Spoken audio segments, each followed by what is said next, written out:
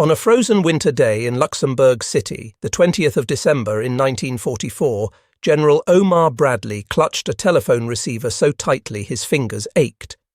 The connection crackled with static, but the voice on the other end came through with unmistakable clarity. It was Dwight Eisenhower, the Supreme Commander, and he was delivering news that would shake their friendship to its foundations. Two entire American armies, the 1st and 9th, were being transferred to British control. Specifically, they were being placed under Field Marshal Bernard Law Montgomery. Bradley's composure, that steady Missouri calm that had served him through countless crises, shattered completely. His words came out in a rush of barely controlled rage. He told Eisenhower, his friend and superior, that he could not accept responsibility to the American people if this decision went forward. He would resign rather than accept this humiliation. Eisenhower's reply cut through Bradley's protest like a blade through fabric. The responsibility to the American people rested with him, not Bradley. Therefore, Bradley's threatened resignation carried no weight whatsoever. Bradley tried once more to object, then went silent, recognizing the futility of further argument. This conversation, happening while the German dictator's desperate Ardennes assault raged across the frozen forests, represented 3 years of accumulated American frustration crystallized into a single moment.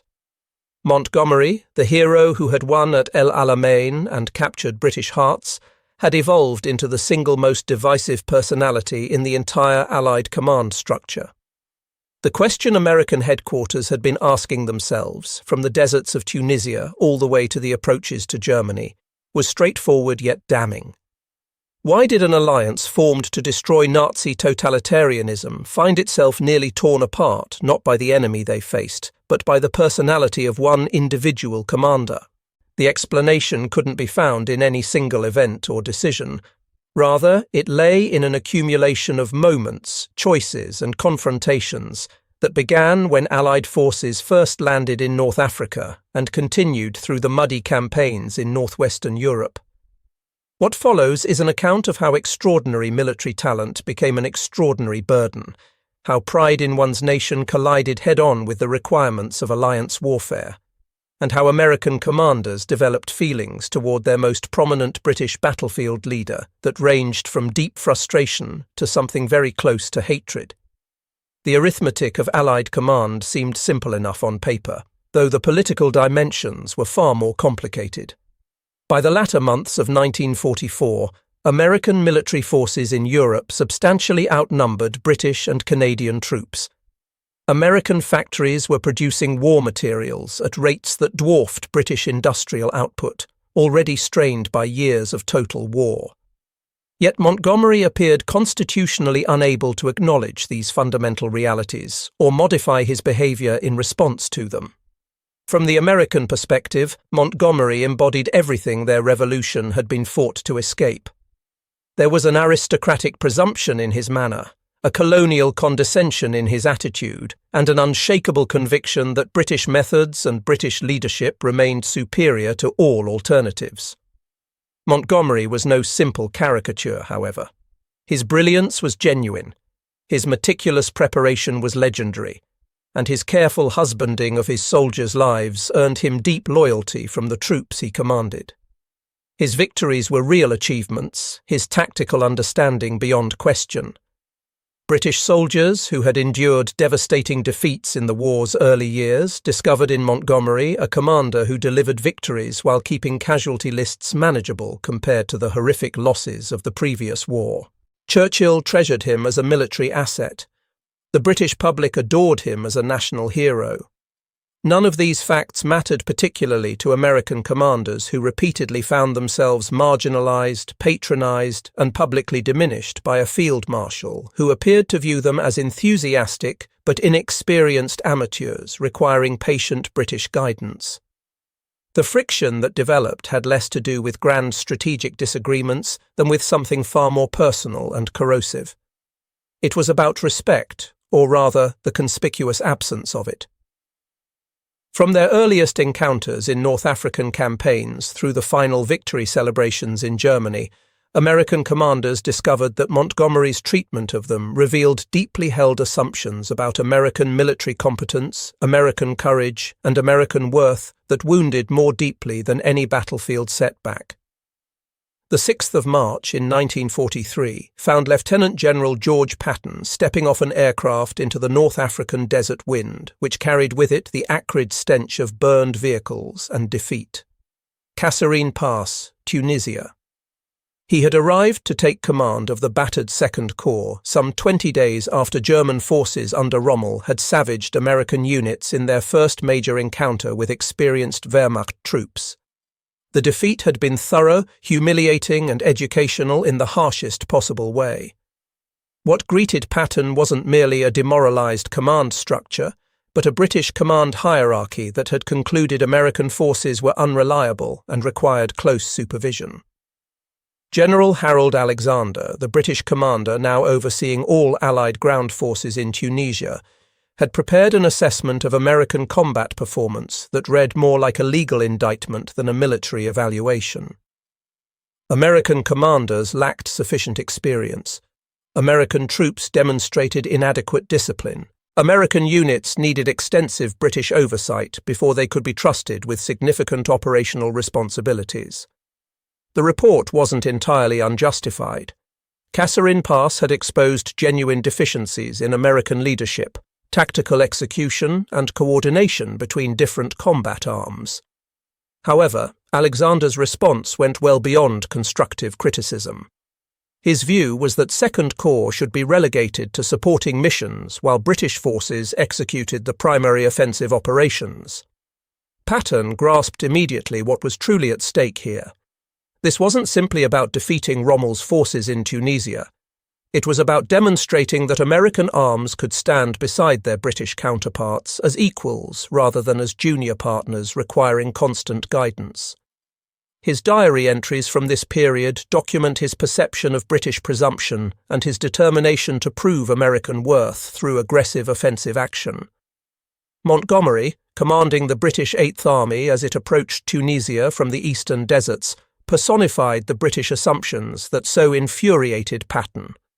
The victor of El Alamein carried himself with the confidence of a commander who had reversed Britain's fortunes in the Desert War.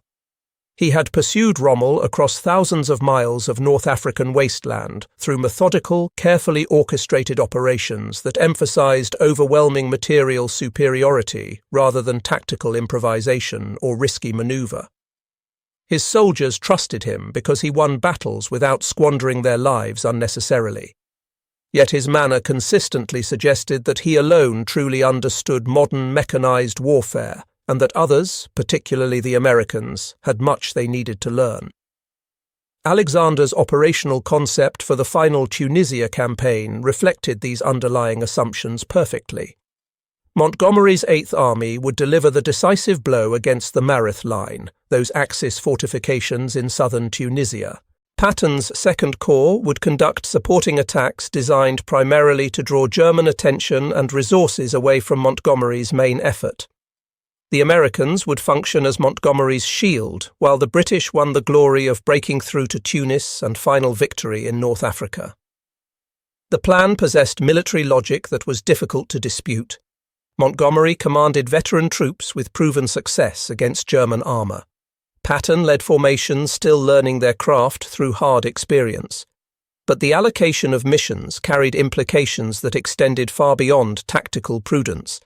It established expectations and patterns that would haunt American commanders throughout the entire war.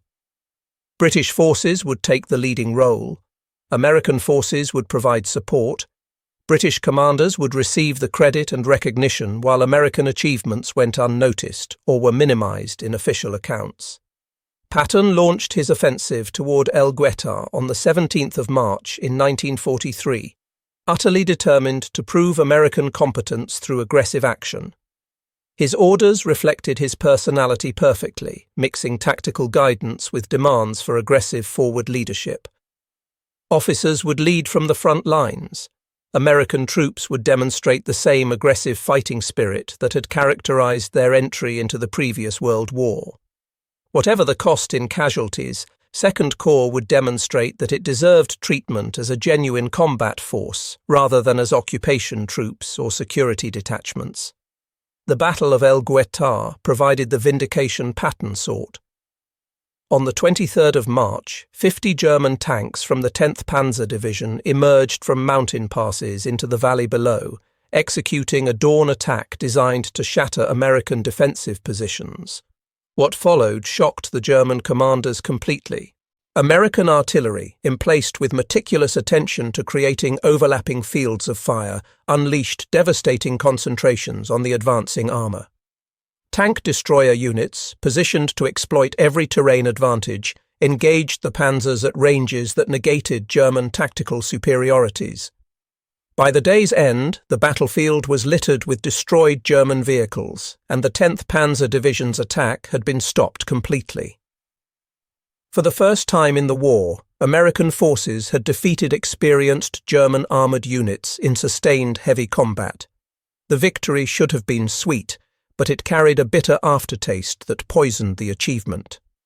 Alexander's headquarters, focused intently on Montgomery's operations against the Mareth Line, paid minimal attention to Second Corps' success.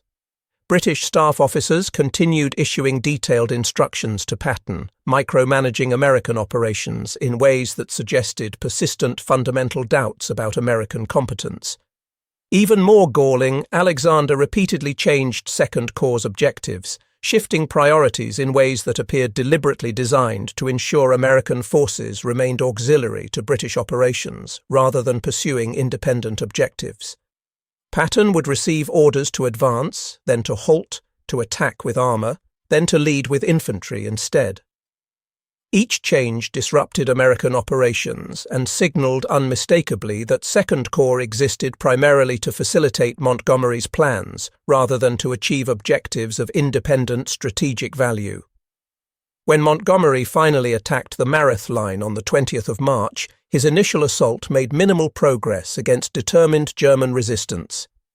He adapted by shifting his main effort to an outflanking manoeuvre, demonstrating the operational flexibility that characterized his best work. But the modification required precious time, allowing German forces to establish new defensive positions further north. By the time 8th Army broke through, the opportunity for a truly decisive pursuit had evaporated. Second Corps continued its supporting attacks in central Tunisia, drawing German reserves away from Montgomery's front. American forces advanced steadily, taking their assigned objectives and inflicting significant casualties on Axis forces. Yet these achievements went largely unacknowledged in British official reporting and press accounts. Montgomery's breakthrough received extensive publicity and celebration. Patton's contribution, equally important to the overall campaign's success, merited barely a mention in most accounts. When the victory parade was finally held in Tunis on the 20th of May in 1943, with Eisenhower, Alexander and French General Giraud taking the salute, the narrative emphasized British and French achievements, while American contributions received only cursory acknowledgement. For American commanders, the Tunisia campaign provided lessons that extended far beyond tactics, logistics, and combined arms coordination. They learned that fighting alongside the British meant fighting simultaneously for recognition and respect, not just for military victory. They discovered that Montgomery, whatever his undeniable military talents, seemed genuinely incapable of treating American forces as true partners rather than promising apprentices requiring patient guidance. They began to suspect that this attitude reflected not merely Montgomery's personal psychology, but a broader British unwillingness to accept that the balance of power within the alliance had shifted irreversibly toward Washington and American predominance. These lessons from North Africa would prove disturbingly prophetic when the Allies turned their attention northward to the next major objective. Sicily awaited, and with it new opportunities for friction and resentment. The 10th of July in 1943 found the largest amphibious assault in history, to that point rolling toward the shores of Sicily as Operation Husky commenced in darkness and heavy seas. Over 8 divisions, divided between Montgomery's British 8th Army and Patton's American 7th Army, stormed beaches from Cape Scaramia to Syracuse in an operation that would test Allied unity as thoroughly as it tested German and Italian defences.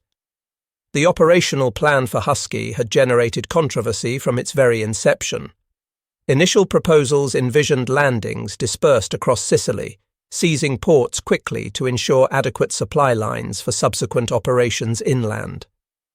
Montgomery detested the concept of dispersed landings with every fibre of his being. His experience in North Africa had convinced him absolutely that concentration of force was paramount, that scattering troops across multiple landing sites invited defeat in detail by concentrated enemy counterattacks. On the 24th of April in 1943, he articulated his objections forcefully and proposed an alternative concept. Concentrate all landings on Sicily's southeastern corner, giving 8th Army the unambiguous mission of driving straight north to Messina, the island's northeastern port and the gateway to mainland Italy. Air Marshal Tedder and Admiral Cunningham, responsible for air and naval operations respectively, opposed Montgomery's plan vigorously. It would leave 13 Axis airfields operational, posing unacceptable risks to the invasion fleet that would remain concentrated in confined waters. It would require ships to remain bunched together in limited sea room, vulnerable to sustained air attack for extended periods. Their objections carried considerable weight because both men commanded respect earned through successful previous operations. Montgomery's response revealed the full force of his formidable personality. He threatened, with Churchill's backing clearly implied, to resign his command rather than execute a plan he considered fundamentally flawed and likely to end in disaster. Faced with a crisis that threatened to derail the entire invasion, Eisenhower convened a conference for the 2nd of May to resolve this increasingly bitter dispute.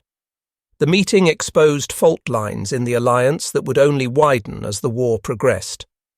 Montgomery presented his case with confidence that bordered on arrogance, dismissing objections as though they were beneath serious consideration. Tedder and Cunningham pushed back vigorously, defending the critical importance of neutralizing airfields and ensuring naval security. Eisenhower, caught between military logic and political necessity, attempted to balance competing requirements against coalition politics. The compromise that emerged gave Montgomery much of what he demanded while attempting to preserve some operational flexibility.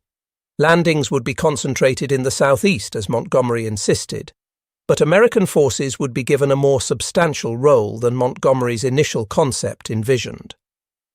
The plan still relegated 7th Army to supporting missions, while British forces pursued the primary objective of reaching Messina first. But at least American forces wouldn't be merely guarding supply lines while Montgomery's army won the campaign. Once again, American forces found themselves assigned secondary missions, while a British commander pursued glory and decisive victory. The decision rankled for reasons that transcended Patton's considerable personal ego. By July of 1943, American forces in the Mediterranean theatre had grown substantially in size and capability. 7th Army comprised 3 infantry divisions, 1 armoured division and substantial support troops, a force comparable in overall size to 8th Army. American industrial output was flooding Allied stockpiles with equipment of all types. American air power dominated Mediterranean skies increasingly. Yet the command structure continued treating American forces as auxiliaries to be employed at British discretion rather than as equal partners in a common enterprise. Patton's diary entry from the 12th of July captured his frustration with brutal clarity.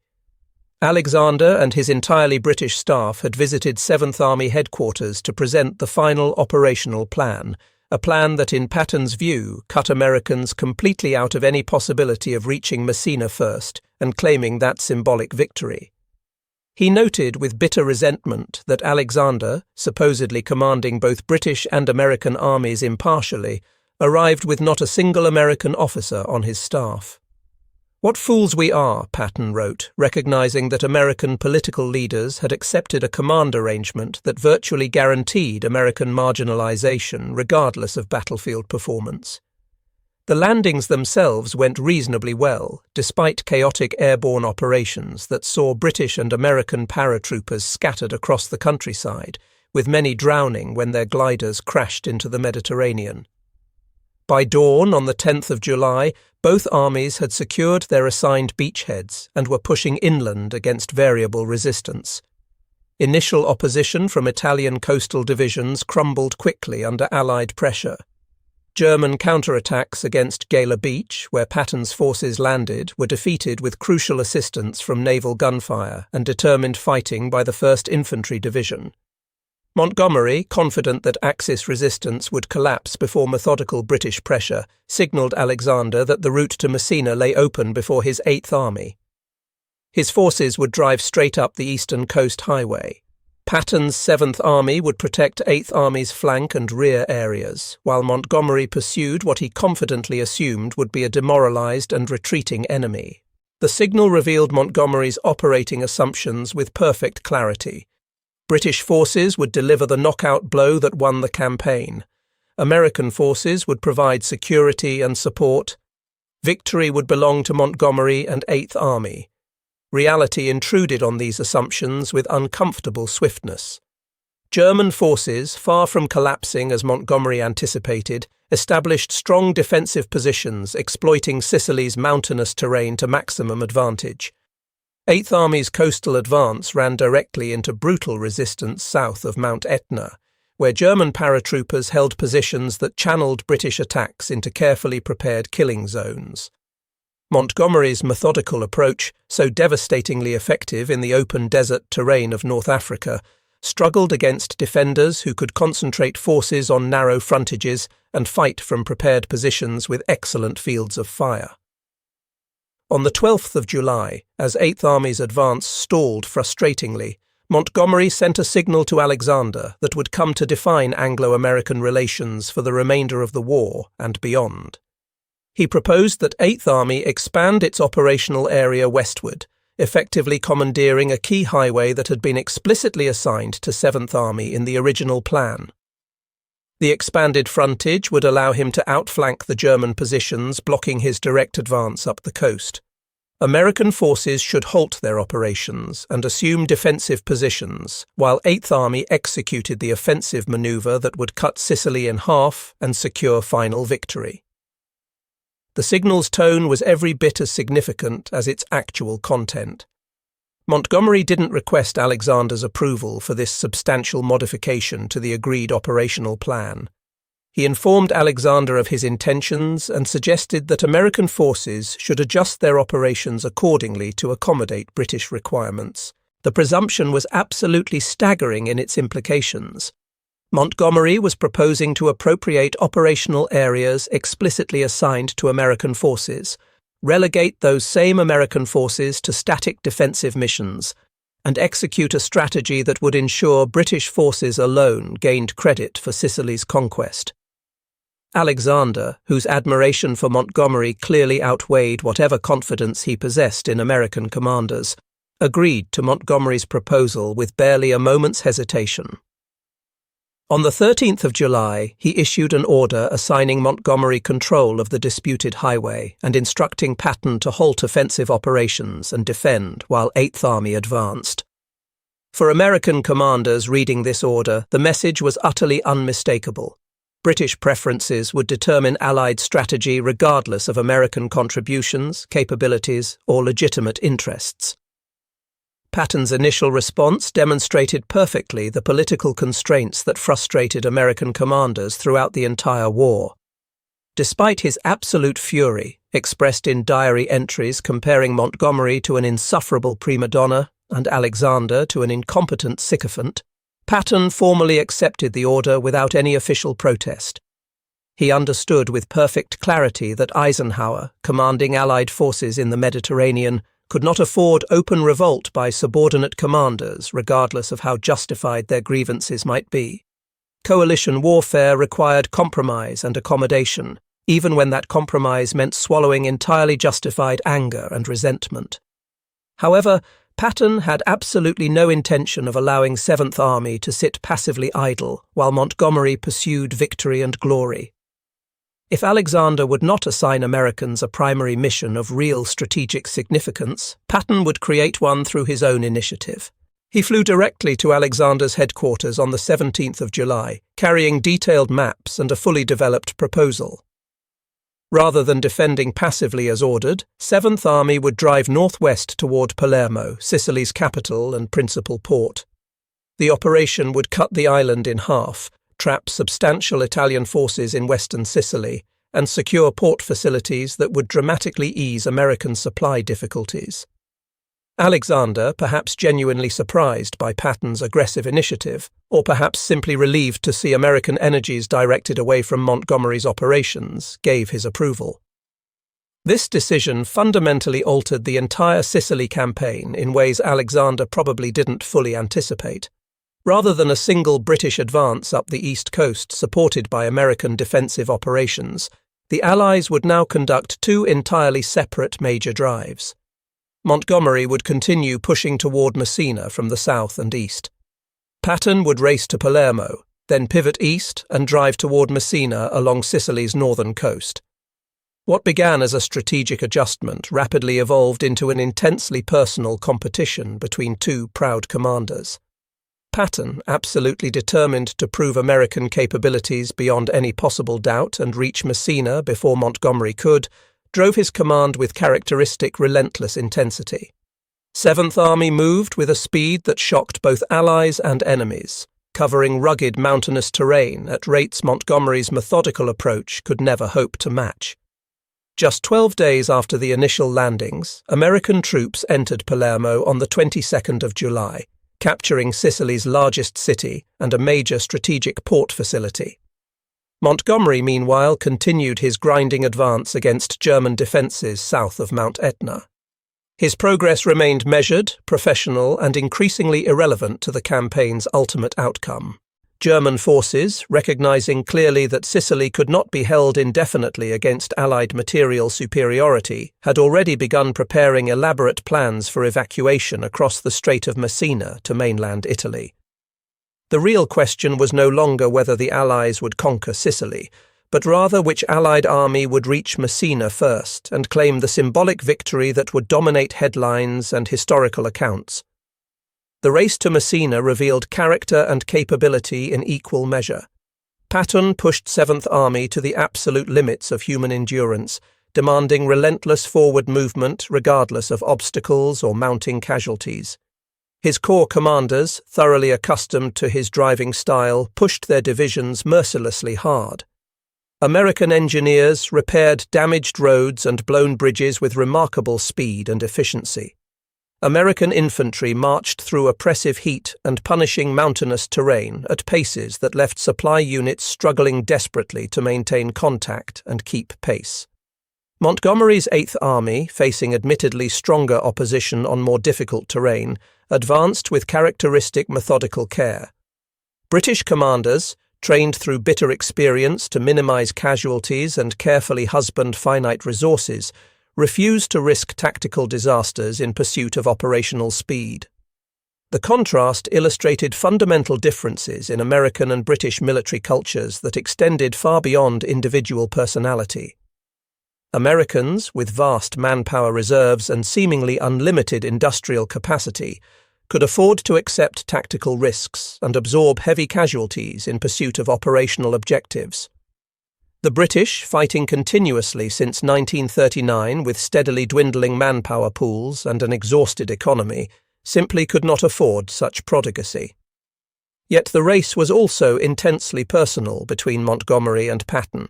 Montgomery's public statements and private correspondence revealed unmistakably that he considered 8th Army's mission more important and more militarily significant than anything 7th Army was accomplishing. American success in reaching Palermo swiftly, from Montgomery's clearly stated perspective, demonstrated nothing of genuine military significance. Patton had faced weak Italian opposition in secondary terrain of limited strategic importance. 8th Army confronted veteran German troops in strong defensive positions that heavily favoured the defender. The comparison, Montgomery implied repeatedly, was entirely meaningless. American commanders interpreted Montgomery's dismissive assessment of their achievements as absolutely characteristic British condescension. They had heard remarkably similar evaluations throughout the Tunisia campaign. American successes were consistently minimized or explained away. American difficulties were attributed to inexperience and inadequate training. American commanders were patronized as enthusiastic but fundamentally untutored amateurs. This persistent attitude suggested unmistakably that British respect for American military arms was purely conditional at best, extended grudgingly only when American forces operated under direct British command guidance and explicitly for British strategic objectives. On the 17th of August in 1943, elements of Patton's 3rd Infantry Division entered Messina several hours before British forces arrived in the city. 7th Army had unquestionably won the race. Yet the victory proved hollow in ways that reflected the increasingly toxic state of Allied command relationships. Montgomery's public reaction artfully combined superficial graciousness with subtle but unmistakable dismissal of American achievement. He congratulated Patton formally while simultaneously emphasizing the far greater difficulties 8th Army had faced, and implying clearly that terrain and enemy disposition rather than relative competence explained different outcomes. British press coverage faithfully reflected Montgomery's careful framing of events. Reports celebrated 8th Army's hard fighting against the Germans, while consistently treating 7th Army's rapid advance as an interesting sideshow against inferior opposition in less important terrain. American achievements were duly acknowledged, but systematically diminished in importance, presented as complementary to rather than genuinely equal with British operations. For American commanders reading these accounts with mounting frustration, the message could not have been clearer. British narratives would invariably centre British achievements regardless of objective evidence to the contrary. The Sicily campaign left deep scars in the alliance that would never completely heal. American commanders had demonstrated conclusively that their forces could match British troops in operational tempo, tactical flexibility, and raw combat effectiveness. Yet recognition from their British counterparts remained grudging, conditional, and hedged with qualifications. Montgomery in particular seemed genuinely constitutionally unable to acknowledge that American commanders might possess military skills genuinely comparable to his own, or that American forces might deserve credit truly commensurate with their substantial contributions to Allied victory. Two specific incidents during the Sicily campaign further poisoned already deteriorating relationships. On the 3rd of August, and again on the 10th, Patton physically slapped hospitalized soldiers he accused of cowardice, triggering a massive scandal that would haunt his career permanently. When word of these incidents reached Montgomery, his response was coldly dismissive in ways that revealed his deeper assumptions. Patton's behaviour, Montgomery suggested to colleagues, merely confirmed British assumptions about American indiscipline and excessive emotionalism. A proper British commander, Montgomery implied with aristocratic superiority, would never lose control in such undignified fashion. The second telling incident involved a young British lieutenant Montgomery dispatched to Patton's headquarters as a liaison officer. The lieutenant arrived with a single suitcase tied shut with ordinary string, a shabby appearance that absolutely enraged Patton. Earlier, Patton had sent Montgomery a complete liaison team, including a full colonel, a major, and sophisticated communications equipment. In exchange, Montgomery had casually dispatched a single junior officer with completely inadequate equipment and support. Patton immediately sent the lieutenant back with a tersely worded note explaining that he could not permit boys to operate in his headquarters during active combat operations. The incident was admittedly minor, even slightly comical in its pettiness. Yet it captured perfectly the casual fundamental disrespect that consistently characterized Montgomery's treatment of American counterparts. Patton commanded an army equal in size and capability to Montgomery's 8th Army. He deserved by any reasonable standard of professional military courtesy liaison officers of appropriate rank, experience, and competence. Montgomery's conspicuous failure to provide them suggested unmistakably that he viewed 7th Army as fundamentally subordinate, regardless of official command relationships or formal organizational charts. As Allied planners turned their collective attention to the invasion of Italy proper and eventually to Operation Overlord, the massive cross-channel invasion of France, one critical fact had become utterly indisputable. Bernard Montgomery viewed himself as the preeminent Allied battlefield commander in Europe, and he expected appropriate deference from supposed American subordinates accordingly. That American commanders increasingly viewed Montgomery himself as the primary obstacle to genuine Anglo-American partnership appeared not to register with the British Field Marshal at all. Or perhaps, more disturbingly, it registered but simply didn't matter to someone so supremely confident in his own military judgment. The 1st of September in 1944 found Allied armies sweeping across northern France in pursuit of shattered German forces. The breakout from Normandy had utterly destroyed German defensive positions in France, sending Wehrmacht units reeling eastward in what appeared to be headlong panicked retreat. Paris had been joyously liberated on the 25th of August, amid scenes of celebration that seemed to confirm the war's imminent victorious conclusion. From the Normandy beaches all the way to the Belgian border, Allied armies pursued defeated enemies across terrain where just months earlier German forces had seemed utterly unbeatable. Final victory, perhaps achieved before Christmas, appeared tantalizingly within reach. For Field Marshal Montgomery, recently promoted and thoroughly basking in the reflected glory of Normandy's success, this moment demanded characteristically bold, decisive action. He had commanded all Allied ground forces throughout the Normandy invasion, a responsibility that, combined with his earlier celebrated victories in North Africa and Sicily, confirmed his status in British eyes as the nation's greatest living battlefield commander. Now, with German armies in apparent complete disarray, Montgomery perceived a golden opportunity to end the war with a single climactic decisive thrust deep into Germany. Yet September 1st also brought a command change that Montgomery resented with barely concealed fury and frustration. Eisenhower, the supreme Allied commander, formally assumed personal direct command of all Allied ground forces throughout the theatre.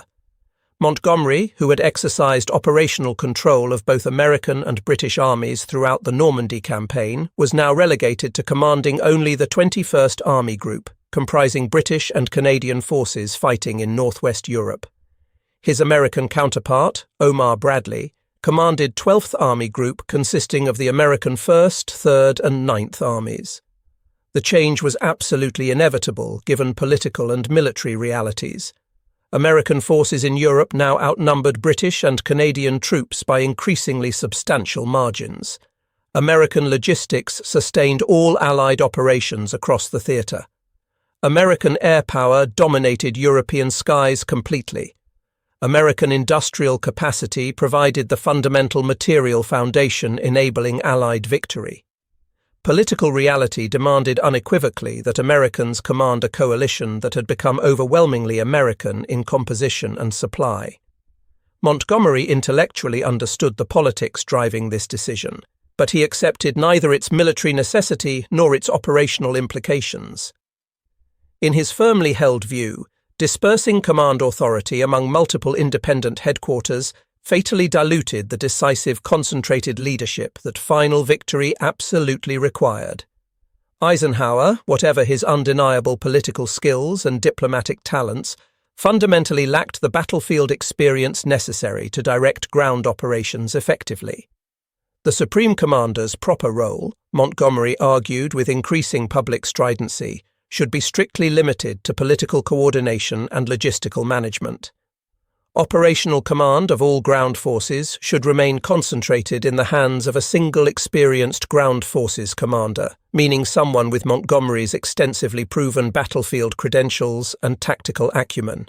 The proposal had one glaringly obvious primary beneficiary, namely Montgomery himself. Yet the Field Marshal consistently presented his case as military necessity rather than naked personal ambition. Eisenhower's planned strategy, advancing into Germany on a broad front with multiple armies attacking simultaneously across a wide frontage, was in Montgomery's firmly stated view strategically catastrophic. It dispersed finite resources, prevented decisive operational concentration, and absolutely guaranteed that the war would drag on well into 1945 rather than ending quickly. Montgomery's preferred alternative was characteristically bold and characteristically self-centered in its conception.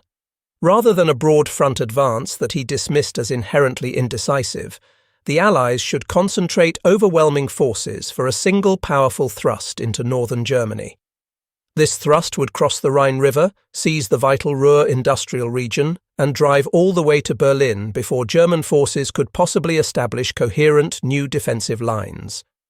Montgomery would naturally and inevitably command this decisive operation personally, with American forces relegated to providing support and protecting exposed flanks. The proposal's actual military merits were highly debatable among professional military analysts. A narrow, concentrated thrust deep into Germany would create an extremely elongated salient dangerously vulnerable to enemy counterattacks from both flanks. It would require essentially abandoning offensive operations everywhere else along the front, allowing German forces to concentrate overwhelming strength against the single advance. It depended entirely on capturing bridges intact over multiple major rivers and maintaining precarious supply lines over hundreds of miles of contested enemy territory.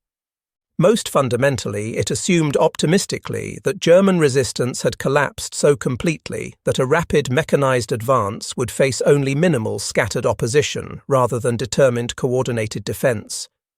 Yet the proposal's political implications were utterly unmistakable to every American commander who examined it.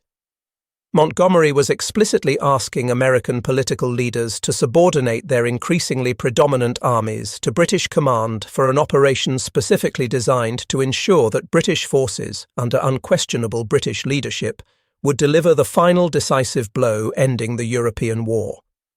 He was effectively requesting that American troops serve primarily as Montgomery's protective shield, while the British Field Marshal personally achieved ultimate victory and claimed eternal historical glory.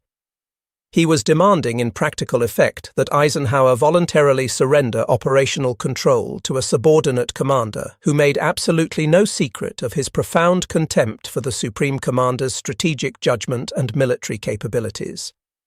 Eisenhower, constantly attempting to balance genuine military necessities against delicate coalition politics, characteristically sought compromise. He would not concentrate all available forces for Montgomery's northern thrust as demanded. However, he would grant Montgomery operational priority for supplies and equipment and authorize a substantial limited operation to seize critical bridges across the Rhine in the Netherlands. Operation Market Garden, as this plan was formally designated, would employ 3 elite airborne divisions to capture intact bridges at Eindhoven, Nijmegen and Arnhem. British ground forces would then advance rapidly north across the captured bridges, establish a secure bridgehead over the Rhine, and position themselves favourably for subsequent offensive operations driving deep into Germany.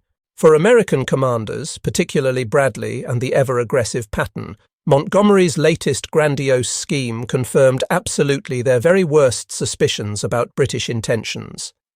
The Field Marshal was once again transparently attempting to relegate American forces to supporting roles while British troops exclusively pursued glory. He was demanding supplies and equipment that might otherwise sustain ongoing American advances through central France toward Germany. He was proposing a militarily risky operation whose potential gains seemed wildly disproportionate to the substantial risks involved. Patton, whose Third Army was driving hard toward the German border through eastern France, absolutely exploded with rage when he learned that precious fuel allocations were being systematically redirected to support Montgomery's operation. His army had demonstrated conclusively throughout August that aggressive American operations could advance faster and penetrate deeper than cautious British movements ever would. Third Army was rapidly approaching both the German border and the Rhine River itself. Yet Eisenhower was effectively halting successful American operations to resource a British Field Marshal whose consistent track record suggested methodical extreme caution rather than genuine operational boldness. Bradley, normally far more diplomatic in temperament than the volcanic pattern, nevertheless shared his subordinates' deep frustration with this situation. Montgomery consistently requested additional resources, threatened dire consequences if his demands were denied, and received operational priority regardless of legitimate American needs or impressive American battlefield achievements. The fundamental politics of coalition warfare, Bradley recognized with weary resignation, guaranteed that British demands would invariably receive sympathetic hearings at the highest political levels, even as American forces increasingly provided the overwhelming bulk of Allied combat power and suffered the majority of casualties. On the 17th of September in 1944, Operation Market Garden commenced with the single largest airborne operation in military history. Over 35,000 American and British paratroopers dropped from transport aircraft or arrived in gliders across Dutch agricultural fields, tasked with rapidly seizing multiple bridges before German forces could destroy them. British ground forces, spearheaded by XXX Corps, began advancing north along a single narrow highway, desperately racing to relieve isolated airborne units before inevitable German counterattacks could overwhelm their positions. The operation failed comprehensively and catastrophically. Allied intelligence had detected substantial German armoured units positioned near Arnhem, the operation's northernmost and most critical objective, but these urgent warnings were inexplicably dismissed by planning staffs. Airborne forces landed much too far from their assigned objectives, allowing Germans precious time to organise effective defences. The single narrow highway rapidly became a death trap, with British armour completely unable to advance quickly or manoeuvre effectively off roads bordered by impassable marshland. German resistance, far from collapsing as optimistically predicted, actually intensified dramatically as Wehrmacht commanders recognised the serious threat and rushed substantial reinforcements to the threatened sector. At Arnhem Bridge, British paratroopers under Lieutenant Colonel John Frost held one end against absolutely overwhelming odds for several desperate days, constantly expecting relief forces that never arrived. XXX Corps, repeatedly stalled by determined German counterattacks and utterly unable to bypass destroyed bridges blocking their advance, never came anywhere close to reaching Arnhem. By the 25th of September, when the operation was finally abandoned as hopeless, over 17,000 Allied troops had been killed, wounded or captured in what amounted to a complete disaster. The Butcher's Bill included roughly 6,400 paratroopers who had landed at Arnhem, most now dead or prisoners of war. The failure was absolutely total in every meaningful sense. The Rhine remained uncrossed. German defences in the Netherlands solidified rather than collapsed. Allied momentum, which throughout early September had seemed utterly unstoppable, dissipated completely in Dutch fields and along a highway that would be remembered as a death trap. The precious opportunity to potentially end the war in 1944 evaporated in what would ultimately prove Montgomery's single most catastrophic mistake of the entire war. American reactions combined vindication with profound anger. Patton and Bradley had vigorously opposed Market Garden from the beginning, arguing forcefully that its substantial risks dramatically outweighed potential benefits.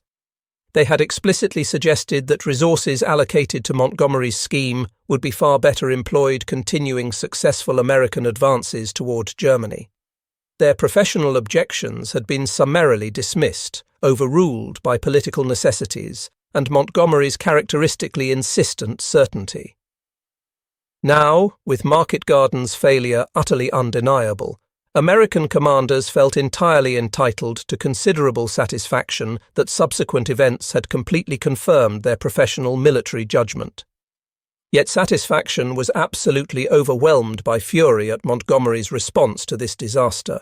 Rather than accepting personal responsibility for an operation he had personally conceived, planned, and commanded, Montgomery characteristically claimed Market Garden had been 90% successful. The bridges at Eindhoven and Nijmegen had been captured as planned. Allied forces had liberated substantial Dutch territory. That Arnhem, the operation's entire purpose and primary objective, had not been secured was presented as merely a minor unfortunate setback in an otherwise triumphant campaign. The claim was breathtaking in its fundamental dishonesty. Market Garden's entire strategic purpose was establishing a bridgehead over the Rhine River. This critical objective had not been achieved. The operation had cost over 17,000 casualties for absolutely no strategic gain whatsoever. Yet Montgomery was publicly declaring victory, brazenly rewriting obvious failure as success through sheer force of personality and manipulative public relations. American commanders recognized this maneuver for exactly what it represented, namely Montgomery protecting his cherished reputation at the direct cost of truth. When Montgomery succeeded, credit belonged exclusively to him alone. When operations faltered, elaborate explanations invariably involved inadequate resources, insufficient support, or failures by others. Personal responsibility for setbacks remained conspicuously absent from Montgomery's carefully constructed narrative. Yet Montgomery's most egregious offence against American goodwill was still to come. In the immediate aftermath of Market Garden, as Allied operations necessarily transitioned to grinding attritional advances against significantly strengthened German defences, Montgomery began publicly and repeatedly criticising Eisenhower's fundamental strategy. The broad front approach, he argued openly in comments to British press and in signals to Churchill, had tragically squandered the golden opportunity for truly decisive victory. Had his original plan been fully adopted, had he received all the resources and complete authority he had requested, the war would already be over and won. This critique conveniently ignored multiple inconvenient realities. Montgomery had received very substantial resources specifically for Market Garden. The operation's catastrophic failure resulted primarily from fundamentally flawed planning, serious intelligence mistakes, and dangerous underestimation of German defensive capabilities, rather than from inadequate logistical support.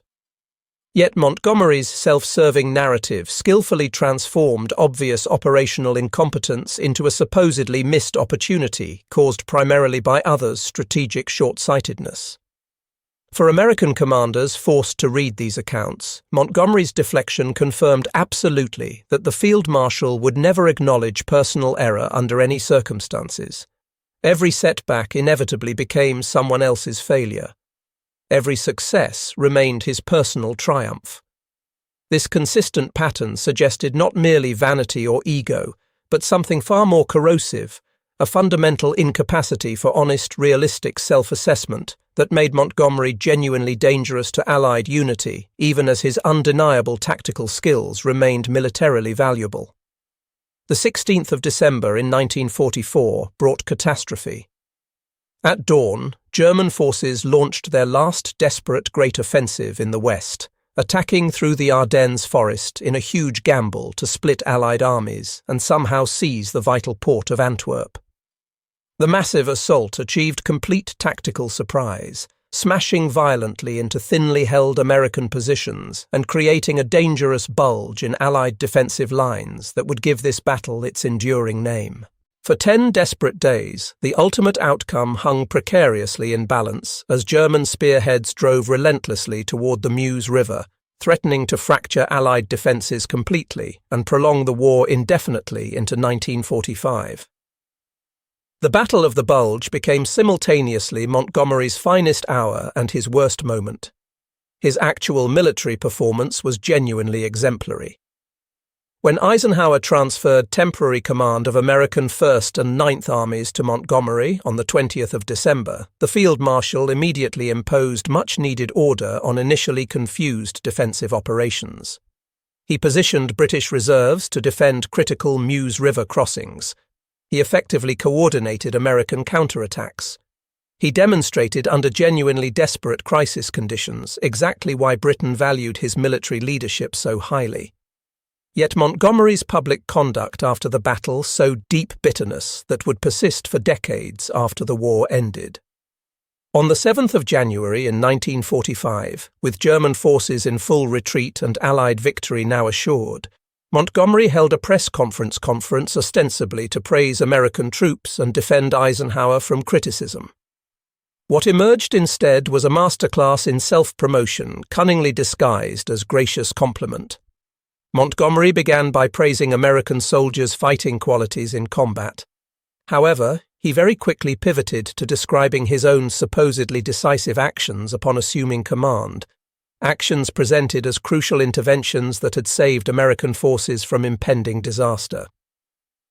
As soon as I saw what was happening, Montgomery explained to assembled reporters, "I took certain immediate steps myself to ensure that if the Germans somehow reached the Meuse, they would certainly not get across that river." He continued at length, describing how he had tidied up the battlefield, how he had thought strategically ahead, how he had ensured proper balanced dispositions. The battle, Montgomery concluded with evident satisfaction, had been most interesting, quite possibly one of the most interesting and tricky battles he had ever personally handled throughout his long distinguished career.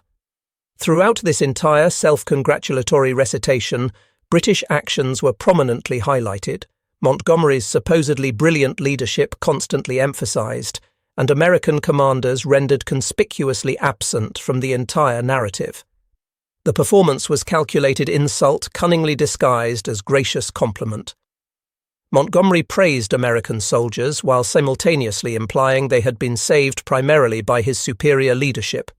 He credited American courage while directly suggesting that American commanders had been completely overwhelmed by rapidly developing events until British professionalism imposed necessary order. He characterized a desperate defensive battle, won primarily by American units like the legendary 101st Airborne at Bastogne and by Patton's brilliant rapid counterattack from the south, as fundamentally a Montgomery triumph and vindication.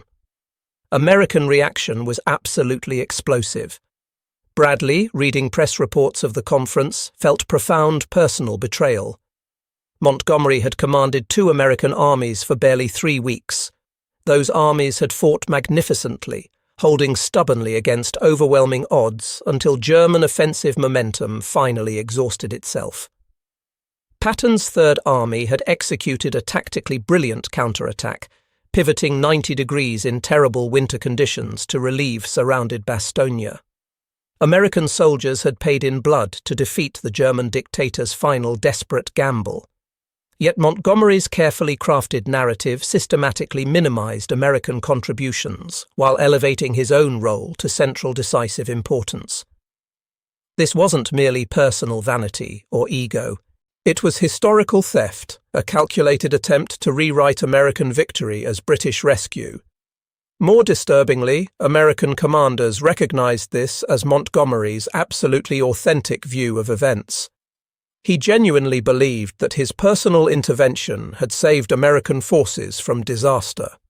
He saw absolutely nothing inappropriate in claiming primary credit for a battle won overwhelmingly by troops he had commanded for less than 1 month. The press conference triggered something very close to a complete command crisis. Bradley called Eisenhower furious far beyond any diplomatic constraint. He could not, he declared flatly, continue to serve under Montgomery's command. If Eisenhower seriously intended to give the British Field Marshal permanent command of American forces, Bradley would immediately resign his command. The ultimatum was not an idle threat made in momentary anger. Bradley, normally the most diplomatically skilled of all American commanders, had finally reached his absolute breaking point. Eisenhower, recognizing that Allied unity now hung by the thinnest possible thread, attempted to calm Bradley while privately drafting a stern message to the combined chiefs of staff. In it, he stated plainly that he would formally request Montgomery's relief from command unless the Field Marshal apologized promptly and ceased his public criticisms of American leadership. The war had been won militarily, Eisenhower implied, but whether the alliance itself would survive final victory remained genuinely uncertain. The crisis was resolved only after intense British political pressure forced Montgomery to recognize his serious error.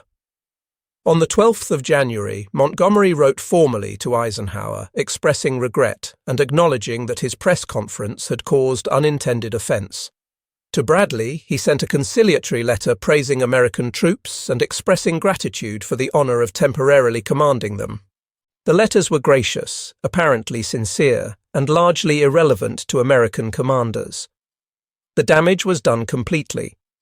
American commanders now understood with absolute crystal clarity that Montgomery would never view them as genuine equal partners.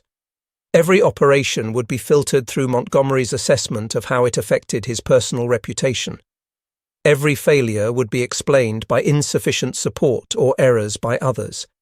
Every success would be claimed as validation of Montgomery's superior wisdom. This pattern was fixed, entirely predictable, and ultimately intolerable.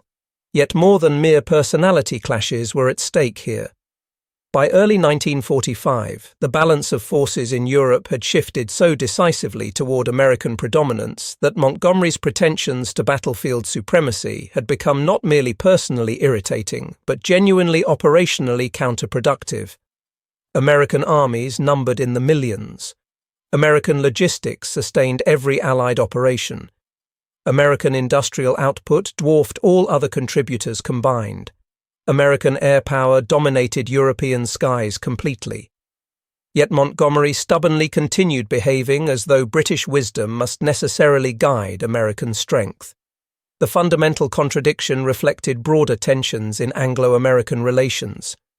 Britain, utterly exhausted by 5 years of total war and facing post-war economic collapse, struggled painfully to accept that its global predominance had ended permanently. The United States, rapidly emerging as the world's dominant power, was discovering that military might create political responsibilities that American isolationist traditions had not prepared the nation to assume. Montgomery's persistent inability to adjust to these new realities made him a perfect symbol of Britain's difficulty accepting diminished status in the post-war world order. Churchill, watching Montgomery's press conference disaster unfold with alarm, recognized the serious danger to the alliance. He spoke carefully in Parliament on the 18th of January, deliberately calibrating his words to repair damaged Allied relationships. The Battle of the Bulge, Churchill stated clearly and unambiguously, was predominantly an American battle, an American victory, and would be remembered throughout history as an ever-famous American triumph. British forces had played an important but ultimately supporting role, exactly as coalition partners should in such circumstances. The speech was diplomatic necessity, correcting Montgomery's self-serving narrative and acknowledging military realities that could no longer be denied. Yet it also represented Britain's painful acceptance that the war's remaining campaigns would be primarily American endeavours fought with American resources. British forces would participate, contribute meaningfully, and share in ultimate victory.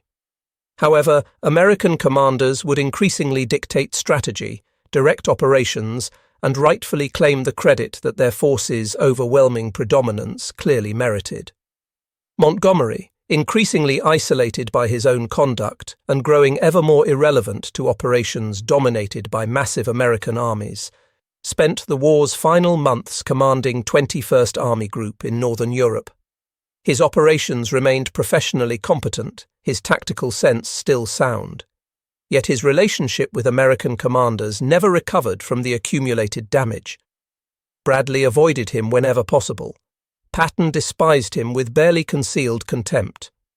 Eisenhower tolerated him as political necessity demanded, but never again trusted either his judgment or his motives. The 8th of May in 1945 brought German unconditional surrender. The European war was won. Victory belonged to an Allied coalition that had overcome not merely Nazi Germany, but also dangerous internal divisions that had repeatedly threatened to tear it apart from within. In the immediate euphoria of peace, old bitter conflicts were temporarily submerged beneath celebration. Montgomery received accolades from a grateful British public who knew him as a national hero. American commanders returned home to massive celebrations that properly recognized their extraordinary achievements. However, in memoirs and histories written long after the war ended, the deep conflicts resurfaced with surprising intensity. Montgomery's published recollections, appearing in 1958, reignited old bitter controversies by criticizing Eisenhower and implicitly claiming that Montgomery's strategic vision had been fundamentally superior all along. Eisenhower, then serving as President of the United States, broke off all personal contact with Montgomery, refusing to correspond with a former colleague who seemed pathologically determined to refight battles from a vanished war. Bradley's detailed memoir, published in 1951, meticulously documented numerous instances where Montgomery's conduct had seriously undermined Allied operations and damaged coalition unity. Patton's posthumously published diary revealed the full depth of his profound contempt for the British Field Marshal.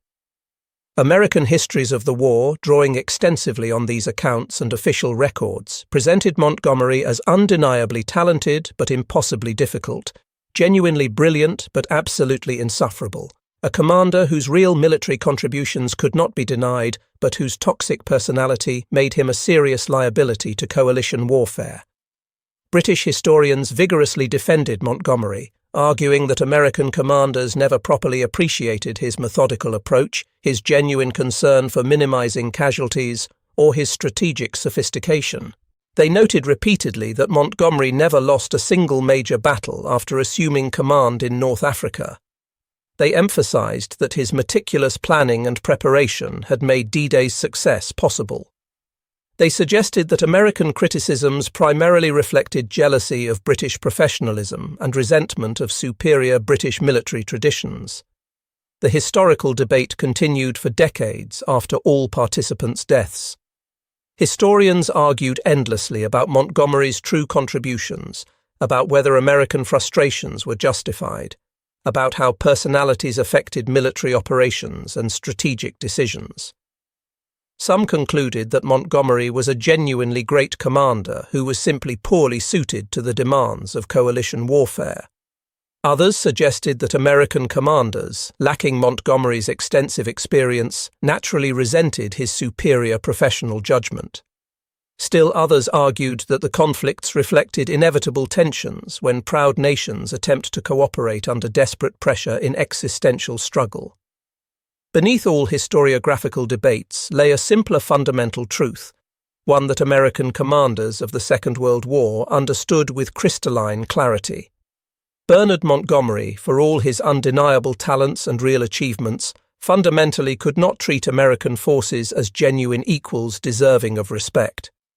Whether this deep incapacity reflected personal arrogance, ingrained cultural prejudice, or British national determination to maintain fading global supremacy remained eternally debatable.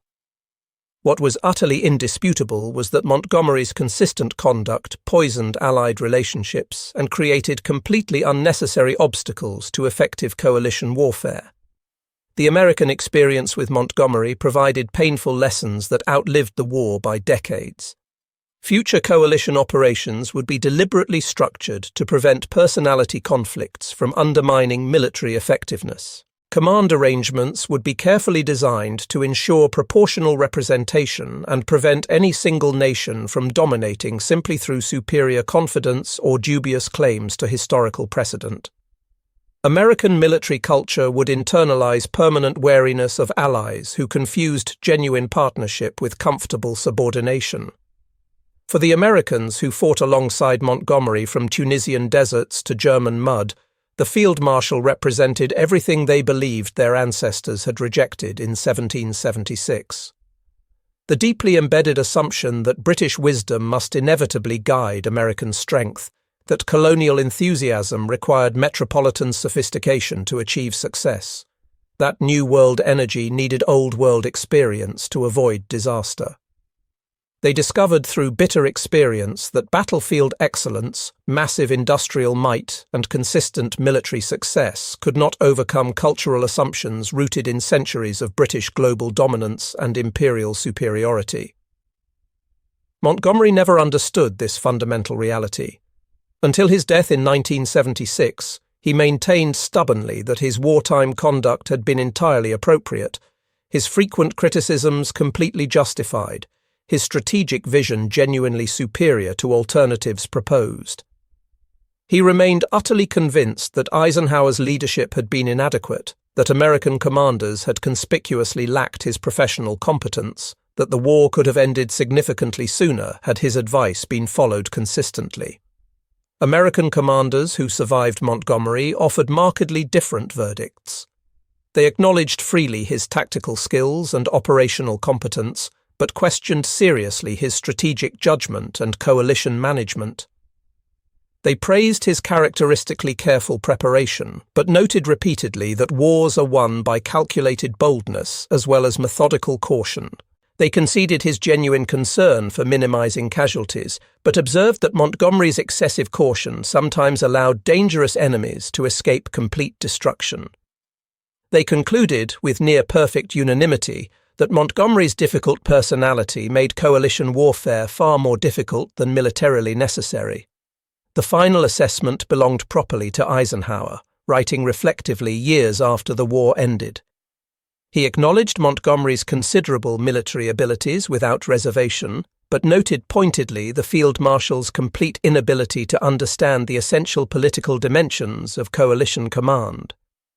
Montgomery, Eisenhower concluded with devastating precision, was a man whose undeniable military talents could not be questioned, but whose profound lack of diplomatic sensitivity made him fundamentally unsuited for senior command in Allied coalition operations.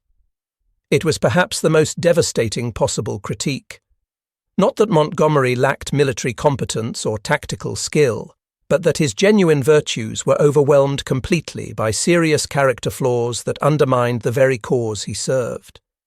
In coalition warfare, where personality affects operational effectiveness as profoundly as tactics or strategy, Montgomery's fundamental incapacity for treating allies as genuine equal partners made him not merely personally difficult to work with, but actively dangerous to alliance unity.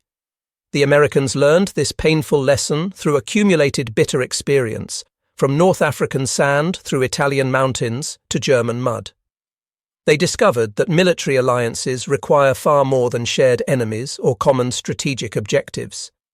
They demand mutual respect, genuine acknowledgement of partners' contributions, and consistent willingness to subordinate personal ego to collective purpose. Montgomery, whatever his other considerable qualities, simply could not meet these basic requirements. In that consistent failure lay the answer to why the Americans developed such negative feelings toward Montgomery. Not because he was British, not because he favoured methodical operations, but because he made them feel like colonial auxiliaries in a war they were actually winning, soldiers whose blood mattered but whose professional judgment did not, allies valued only insofar as they facilitated British glory and Montgomery's personal reputation. That bitter memory outlasted Montgomery himself, outlasted the entire generation that served with him, outlasted even the Cold War alliance that grew directly from wartime cooperation. It served as a permanent reminder that technical excellence alone cannot substitute for basic human respect, that battlefield brilliance means very little if it alienates those whose cooperation victory absolutely requires.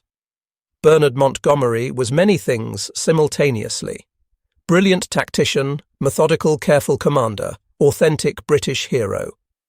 Yet to the Americans who fought alongside him from Africa to Germany, he was also a cautionary tale about the severe limits of military genius divorced completely from diplomatic wisdom and coalition management. The question was never whether Americans recognized Montgomery's genuine talents. They absolutely did. The real question was whether Montgomery could recognize and respect theirs. He could not. In that fundamental failure of imagination and respect lay the deep roots of a bitterness that no amount of shared military victory could ever erase.